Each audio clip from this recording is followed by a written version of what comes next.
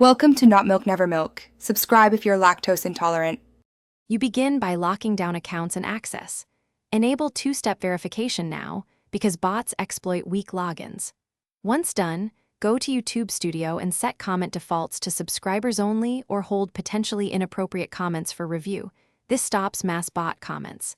Make sure to audit channel roles and remove any unknown account with manager or editor access, since bots use compromised credentials. Finally, check recent activity logs to spot automated posting patterns before moving on to filtering rules. Next, build precise filters and verification layers. Create a blocked words list and rejects patterns to catch variations. This reduces noise automatically, and you can tune patterns as you see new spam.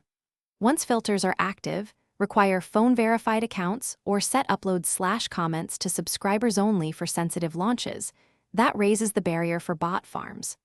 Also assign trusted moderators, enable auto-mod features, and use timestamped rules, because human reviewers plus automation dramatically lower false negatives and keep the system adaptive.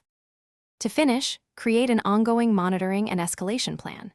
Regularly review held comments and add new spam patterns to your blacklist, because bots evolve quickly.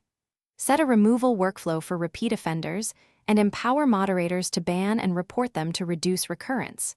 If spam persists despite rules, rotate API keys and OAuth tokens and audit third-party apps with access, since leaked credentials are common. And remember, if automated attacks spike, temporarily tighten comment settings until you identify the source and deploy fixes. Thanks for watching. If this was helpful, leave a like and consider subscribing. See you next time.